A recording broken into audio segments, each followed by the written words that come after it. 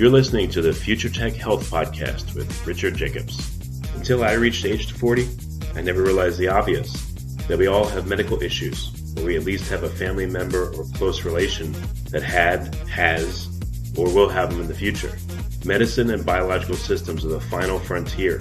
Until we've conquered death, figured out how life began, cured cancer, and understood our purpose in the universe, there's a heck of a lot to talk about when it comes to our health. Future Tech Health means I'll be covering futuristic topics that are actually already in clinical trials, or even starting to appear on shelves or by prescription, or available for your own use.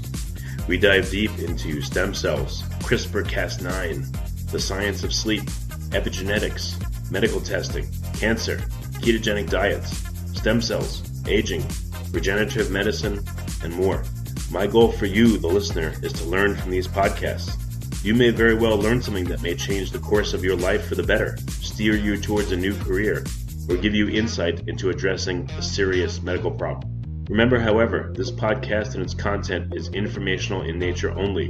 No medical, tax, legal, financial, or psychological advice is being given. If you enjoy the podcast, please listen, subscribe, like, and share it with friends. Thank you. Hello, this is Richard Jacobs with the Future Tech and Future Tech Health podcast. My guest today, her name is Mackenzie.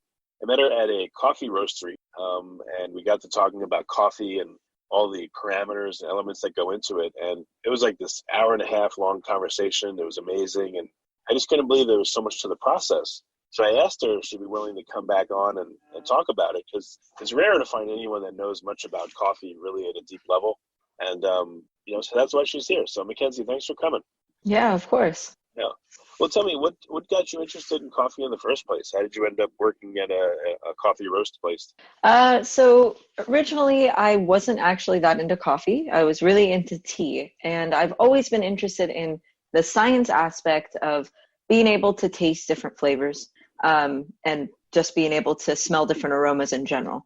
And so that kind of introduced me into this whole world of sensory. When I started out needing a job right out of high school, I started looking into the coffee industry because that's obviously the biggest market for aroma and flavor profiling, basically in the US. I just happened upon a roasting job and I started out there. So 4 years later. Oh, so you've been roasting for 4 years? Yeah, I've been doing it for 4 years. Yeah, I remember one big thing you told me is that after you grind coffee, you shouldn't brew it right away and drink it because it won't taste right. Can you talk about why? But after you roast it, you shouldn't necessarily grind it and brew it immediately after. You should wait anywhere from 3 to 8 days, depending on the kind of coffee you have, the way it's roasted, the region it's from. The reason being is because there's this interesting thing called off-gassing that happens. Now, of course, it's not bad for you if you drink it right away, but it's just not going to taste the same. Coffee gets a lot of pockets in it during the roasting process. We call them pores. And basically what happens is within those pores, nitrous oxide, carbon dioxide, carbon monoxide, and all these different gases or volatile organic compounds get trapped on the inside of the bean. As they slowly release over a period of a couple of days, they start to bring to surface the different aroma and flavors that make up the coffee itself. So you can't even really smell the aroma of coffee on a freshly roasted bean. You have to break it open and release those gases in order to smell it.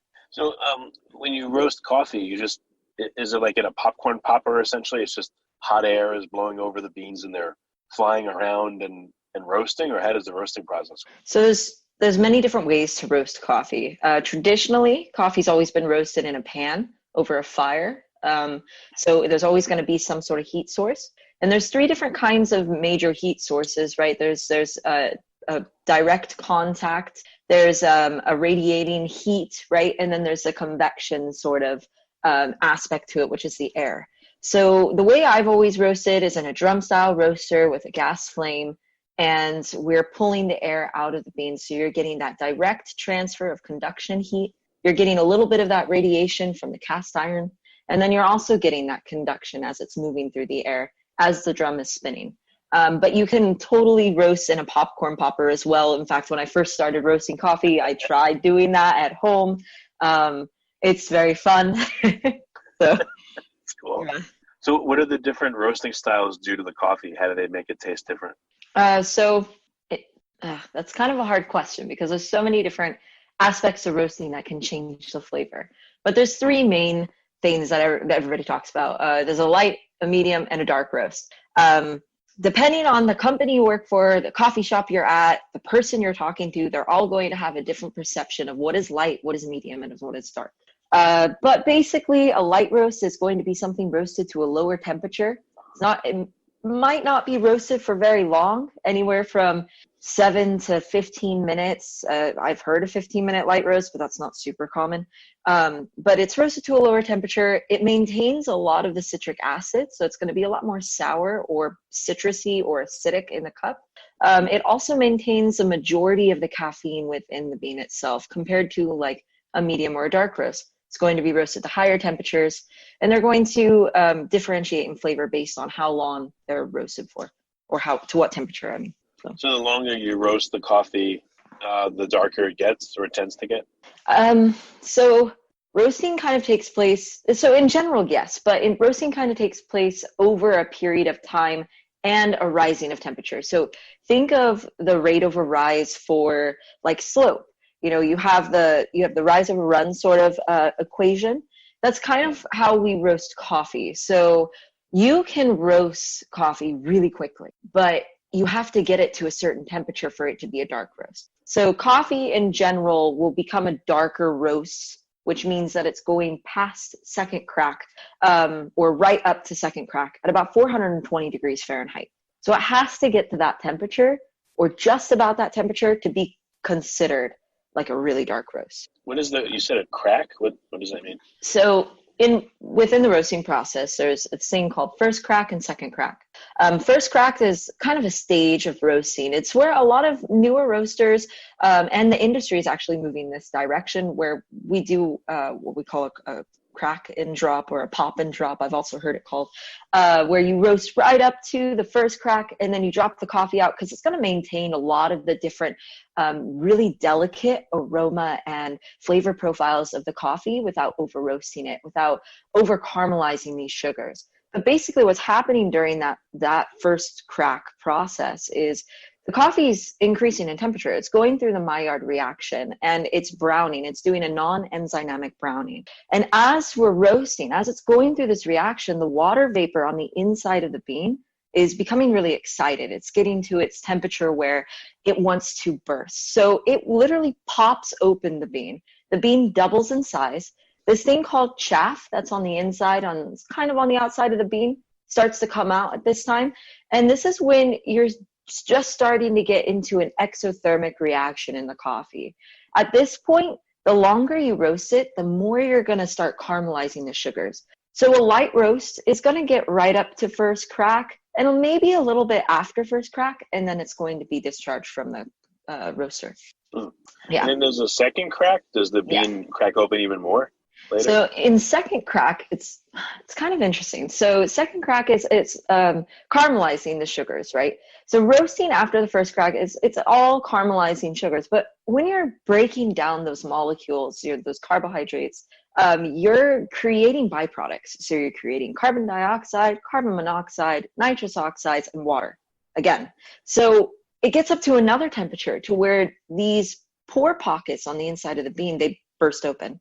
Second crack will literally, it's so violent, it literally takes a pocket of the bean off the back of the bean and it will shoot it off. So if you get a really dark roast and you look at your beans and it has this little tiny circle that's missing from the really beautiful outside brown shell, that's roasted the second crack. So I guess people play with, the temperature ramp, the temperature it gets to, how long it sits at that temperature, the ramp down. What are some of the factors, the major levers in roasting that make it change? That's determined on where the coffee is from. So different regions, the way it's processed, whether it's decaffeinated or not, is all going to change. And then also how you want it to taste. Because all roasting is taking this product that we can't brew into coffee and brewing it into coffee. But you have to make it taste good in order for it to sell, right? So, it's all dependent on what you're trying to get out of it. Well, what do you see roasters doing? Are they trying to? Are there trends where I've seen some coffees are fruity, which I don't like, but some are more like caramel and cocoa, and I guess are there like major flavor profiles that people know how to aim for? Yes and no. So fruity coffee or stuff that's a little bit more florally, that's all going to be naturally occurring in the bean, along with the chocolate notes, the nutty notes that naturally come with it. That's all naturally occurring. You can't really just add that back in. You can't just roast it a certain way to make it taste like that. But you can roast it in a way that highlights that component. So if you want something that's really light, citrusy, florally, very, very tea-like in consistency, you're going to want to roast it really light and aggressively, because it's going to it's not going to allow the citric acid to burn off as much. If you have a very aggressive first part of the roast, which I'll explain that. The aggressiveness literally means you are adding a lot of heat at the beginning. So you're trying as hard as possible to get this coffee to the temperature that you want it to be at. And it's a very quick roast. That's going to preserve a lot of the citric acid that's naturally occurring in the bean. That's going to preserve a lot of those delicate aromas and flavor compounds that make up the flavor profile and aroma of floral notes and citrus notes and all these beautiful sort of tea-like consistencies, right? If you roast them for a longer, less aggressive time, you're going to burn that out.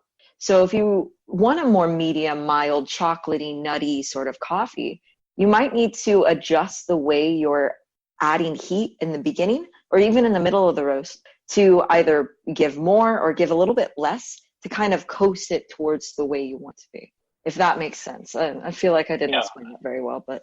Well, I mean, do some people like ramp up the temperature very quickly, but don't go to as high a temperature as other people? Do people like pulse the temperature up and down? Does that do anything? Like what have people found are the ways to monkey with the roasting so that it can be very different outcome? So of course this depends on the roaster that you're roasting with. Whenever I was roasting on many different roasters, I've roasted on Probat, Scolari, San Franciscan, Diedrichs, right? All these different kinds. They are going to all react differently to how you're putting in the coffee. In a light roast, I've taken a little bit of information from Mill City Roasters, and I've tried completely cutting out the burner after I've gotten my drum hot enough when I want something really light. Right after I drop the coffee in, I cut off the burner for a little bit, letting the coffee come back down to temperature, maybe only for about 30 seconds to a minute. Then I ramp that burner all the way back up. It's going to give me a very aggressive coffee turnaround, but it's going to allow me to come down to a temperature to where the coffee's equalizing with the drum. So I don't scorch the outside of the bean. So that's another thing you have to think about. Scorching the outside of the bean and not roasting the inside of the bean is a surefire way to give you an extremely sour cup, a very grassy cup, because it's going to look beautiful. It's going to look very evenly roasted, but the minute you grind it, it's going to be too light on the inside. So there's a lot to play around with, I guess. I always tell the story that horrifies coffee people that, my friend in college was really cheap and he would make coffee and then he would leave the grinds in there and he would put like a fresh layer on top the next day and he would brew it again. And I drank it. It was like horrifically sour, but it was crazily caffeinated. So it woke us up, it did the job, and it was like, blah, Yeah, but that does not horrify me, to be honest. I'm definitely not a coffee snob. When I made coffee this morning, I just poured extra water over the grinds that I had left in there the day prior. So when you only get 6 hours of sleep a night, that's kind of what you do. I guess. I don't know. I'm not somebody who's going to perfectly extract the coffee. I can roast it really, really well. I can make you the roast that you want, but I'm not about to sit there and tell you that I know how to brew everything, because that's not my specialty. So in the industry, I guess that roasting is its own specialty, and then brewing is its own separate specialty. Brewing is a whole nother thing. I know how to, I just learned how to make a Chemex 2 weeks ago, and I've been roasting for 4 years. But I've never seen the need, because I know how to make a perfect French press. That's what I drink. If I'm going to drink, if I'm going to make a really good cup of coffee, I'm going to make a French press. And that's just what I've always done. Brewing is such an art, because you have to know the extraction. You have to know the water solubility. If you really want to get into it, water solubility is so important to extracting the proper aroma and flavor profiles out of the cup. You know, not using distilled water, but using purified water that's soft enough to extract those delicate aromas. Because a lot of the compounds that make up these aroma and flavors, they start to actually decompose after 3 to 5 minutes of you grinding the coffee. And a lot of them also end up evaporating at room temperature. So it's like trying to seal in as much as you can in the cup. It's it's a fascinating process. I respect so heavily people that are into it because I just cannot. In the morning at 8 o'clock in the morning, 7 o'clock in the morning, I can't get into it. As a general rule, if you're going to have coffee at home, it would be better not to grind it and just grind it and then drink it right away. Yes. So one of the things I tell a lot of people that ask me, how do you make your coffee at home? The one thing I do all the time is I won't start the grinder until my water is boiling. Now I have a burr grinder. I do have an expensive setup, even though I don't measure anything. I have a pretty expensive setup. I have a little burr grinder and I pour the coffee in there and I set my water boiling. I get my water boiled and then I let it set for a second because boiling water is going to scorch the coffee beans. It's actually going to create more of a bitter cup. So you don't want the water boiling when you pour it over. You want it to be about 198 degrees, maybe 197. But I'll set the burr grinder going. Then I'll pour the coffee grinds into the vessel I'm making coffee out of and pour the settled boiled water over it, right? It's going to allow me to seal in that sweetness. So whenever you grind coffee, it smells super sweet. That particular aroma starts to degrade after 3 minutes. So yeah, I always make sure to seal that in. So you want to grind it and then, I mean, you want to melt your lip off, but you want to drink it as soon as you can too? Or does the stuff stay trapped if you brew it right? It depends on, if you brew it right, it'll be fine. Depending on the method you're brewing it as well, it's going to taste completely different. And there's a lot of aspects to health for this as well.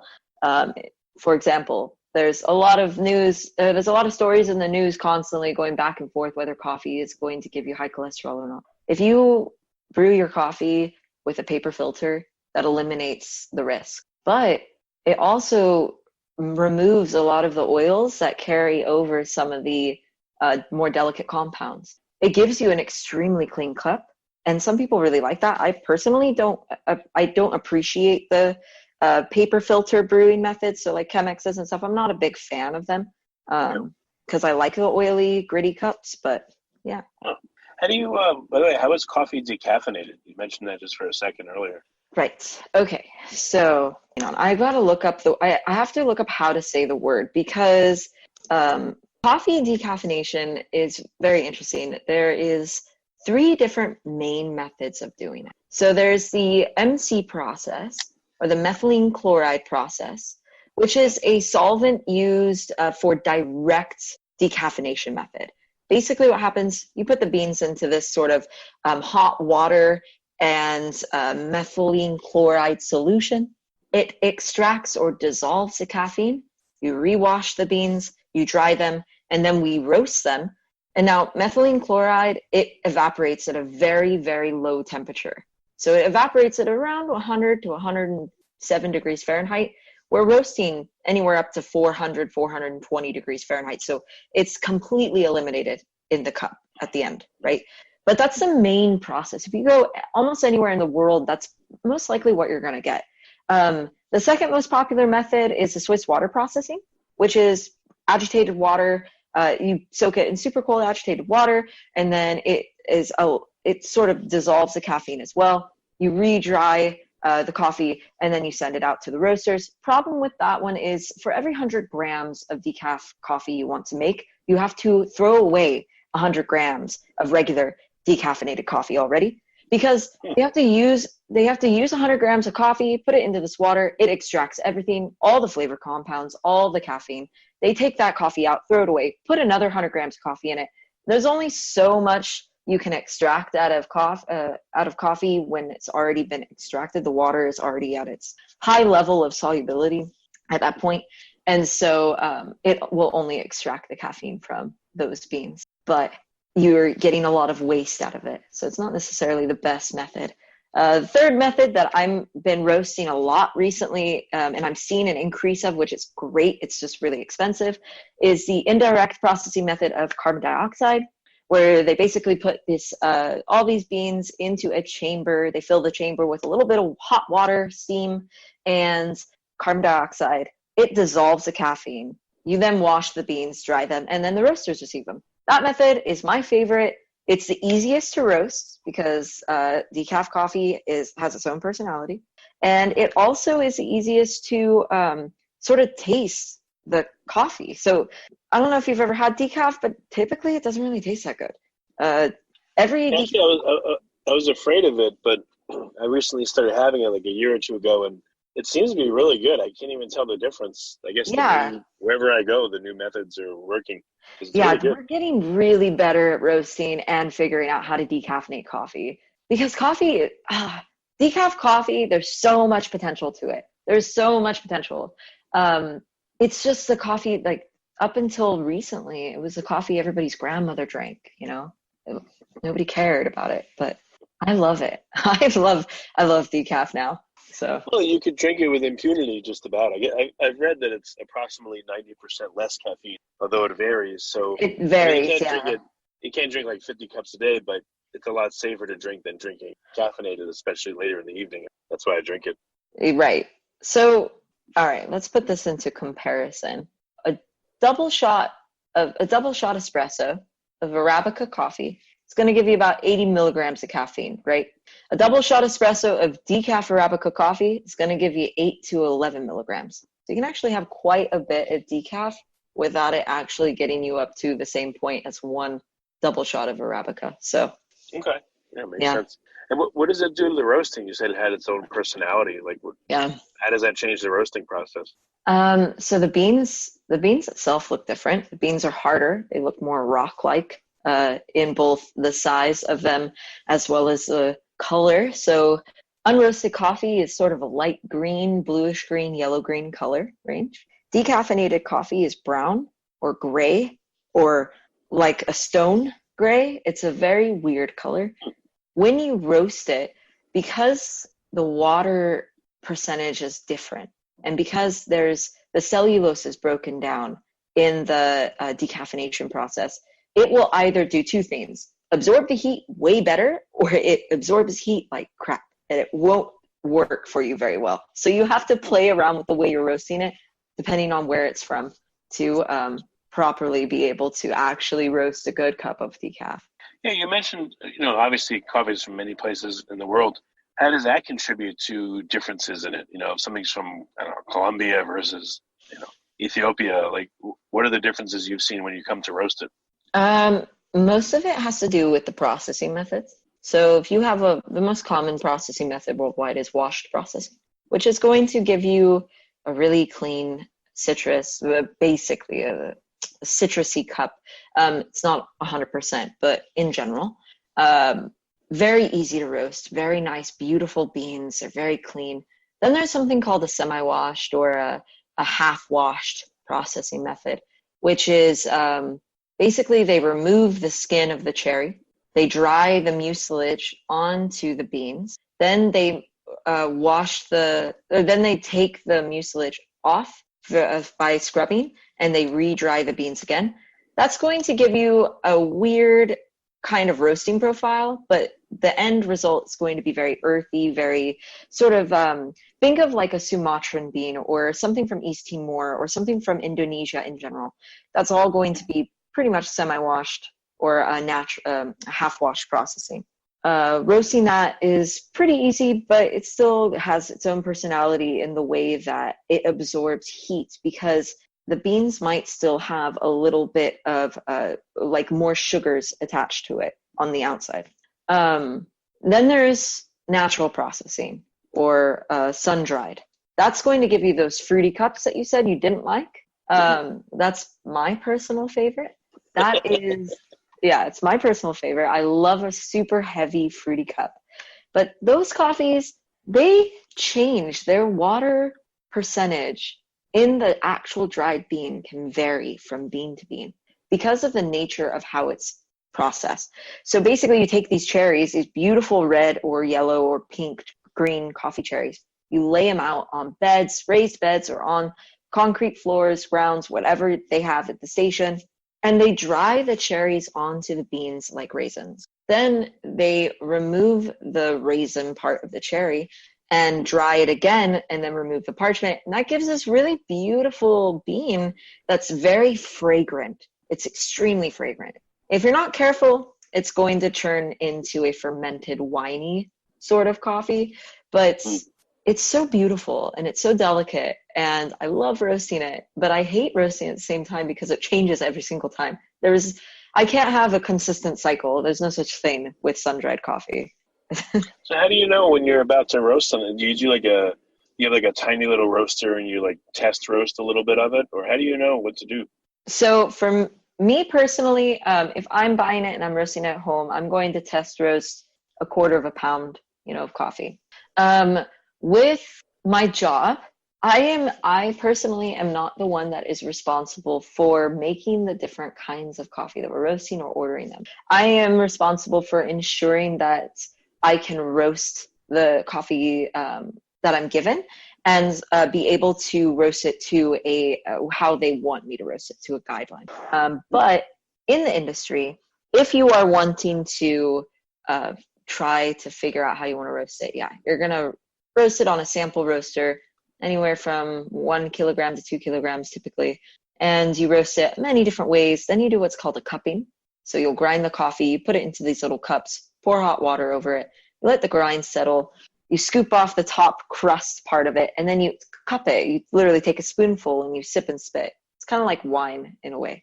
It gives you a very concentrated taste of how the coffee will taste in a brewed cup. And you'll decide which one you want off of that.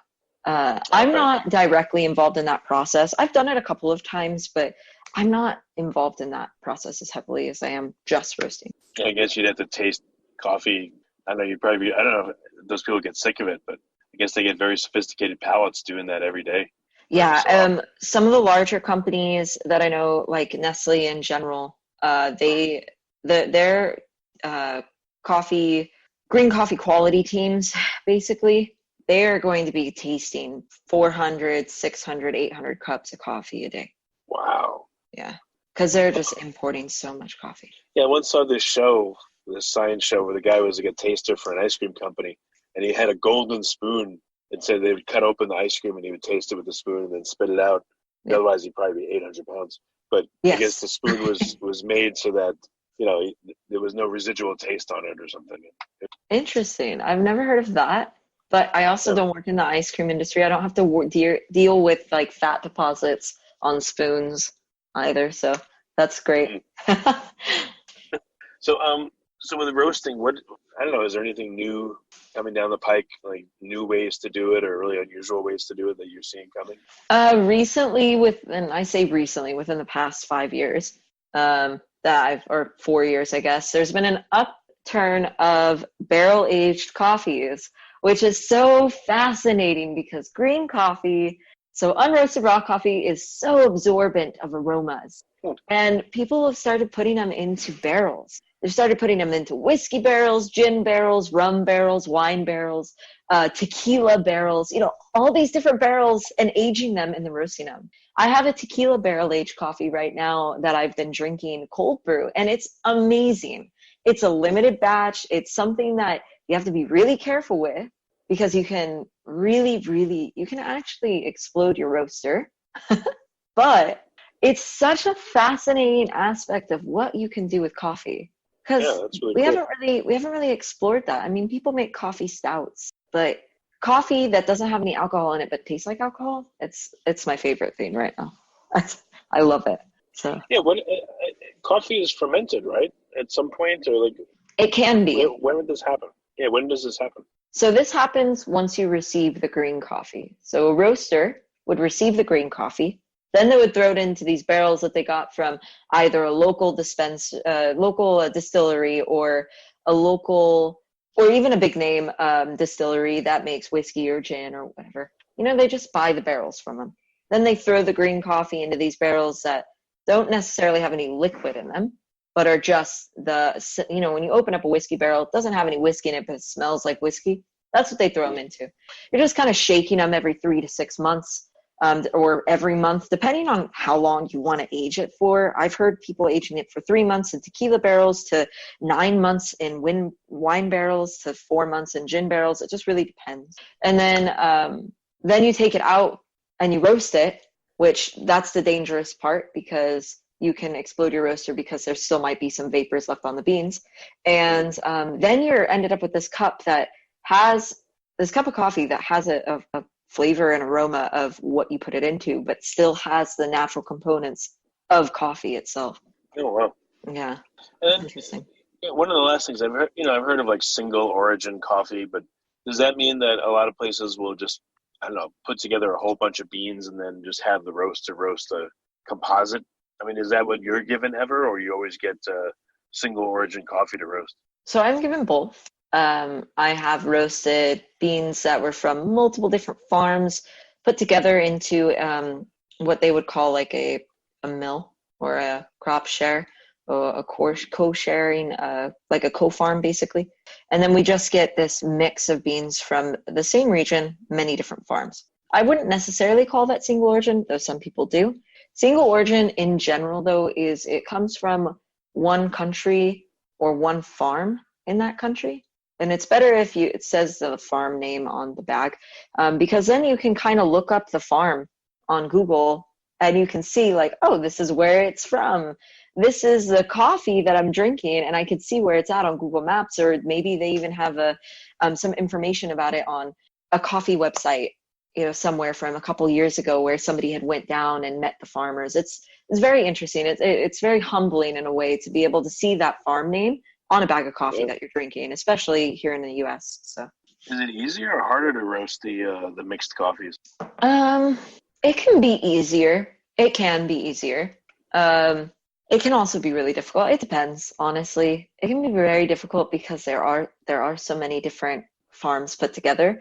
But if they're all processed the same, it's pretty easy, I think. Okay. Yeah. Has anyone made like, I don't know, I guess, like taken light and dark and medium roast and just mixed it all in, yes. grinded it and made a coffee? Those are called PostRoast Blends. So I only know a couple of roasters that do this, but they'll roast some component. They'll roast one component of the coffee and it'll be like a medium roast. And then they'll roast this other component of the coffee and they'll make that a really dark roast. And then they'll blend them together. So you get these beans that they don't look like they should be in the same bag. Then you grind it and you get both flavor profiles. So you get the mild body and the chocolatiness or nuttiness or whatever they were achieving from the medium roast. And then you get this really roasty sweetness from the darker roast that they have, and it blends together very well. You'll see that more commonly or with limited editions for smaller, at least smaller batch roasters, I know. Well, I don't know if this is an urban myth. I heard there's like a civet cat roast where the cat eats the bean, like poops them out, and then people grind them. Kopi Luwak. Is that real? It is real. Yes, it is real. You have to know the roaster that's roasted, or you've got to have some hookup, because there's a lot of it on the market that's fake. But basically what happens is that's like the rarest processing method in the world. Basically the wild civet cat is going to be eating these coffee cherries and poops them out.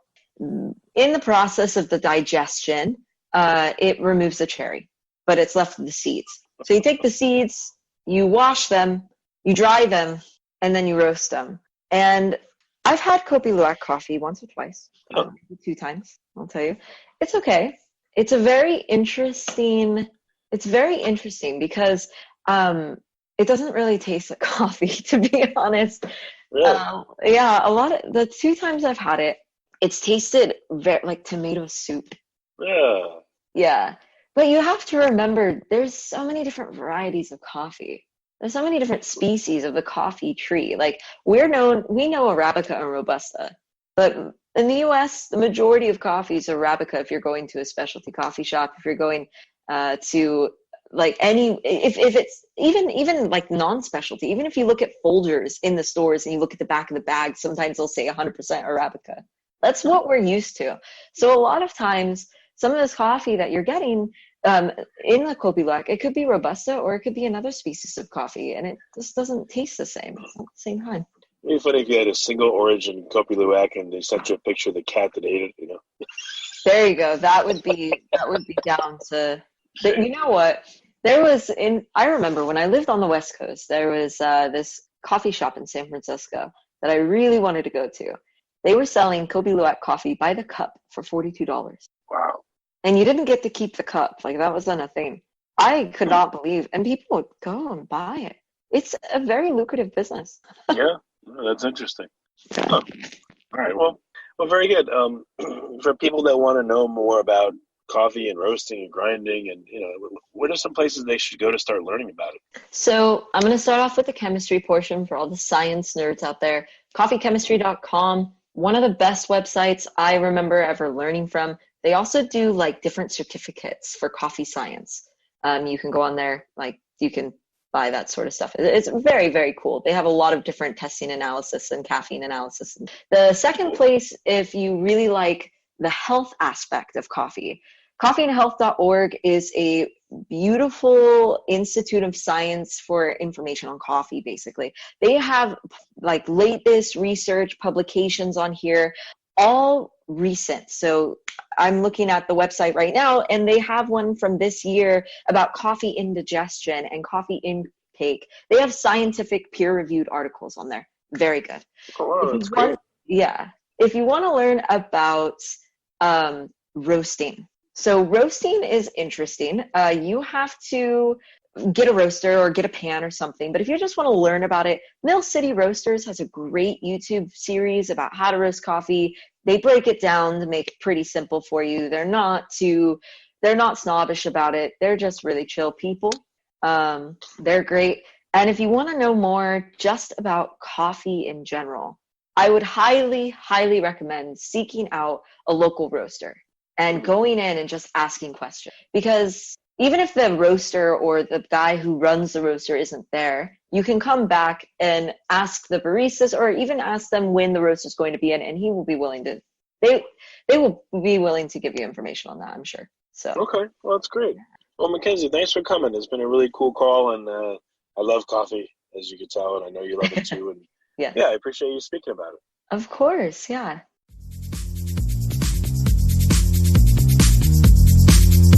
You're listening to the Future Tech Health Podcast with Richard Jacobs. Until I reached age 40, I never realized the obvious, that we all have medical issues, or we at least have a family member or close relation that has, or will have them in the future. Medicine and biological systems are the final frontier. Until we've conquered death, figured out how life began, cured cancer, and understood our purpose in the universe, there's a heck of a lot to talk about when it comes to our health. Future Tech Health means I'll be covering futuristic topics that are actually already in clinical trials, or even starting to appear on shelves or by prescription, or available for your own use. We dive deep into stem cells, CRISPR-Cas9, the science of sleep, epigenetics, medical testing, cancer, ketogenic diets, stem cells, aging, regenerative medicine, and more. My goal for you, the listener, is to learn from these podcasts. You may very well learn something that may change the course of your life for the better, steer you towards a new career, or give you insight into addressing a serious medical problem. Remember, however, this podcast and its content is informational in nature only. No medical, tax, legal, financial, or psychological advice is being given. If you enjoyed the podcast, please listen, subscribe, like, and share it with friends. Thank you.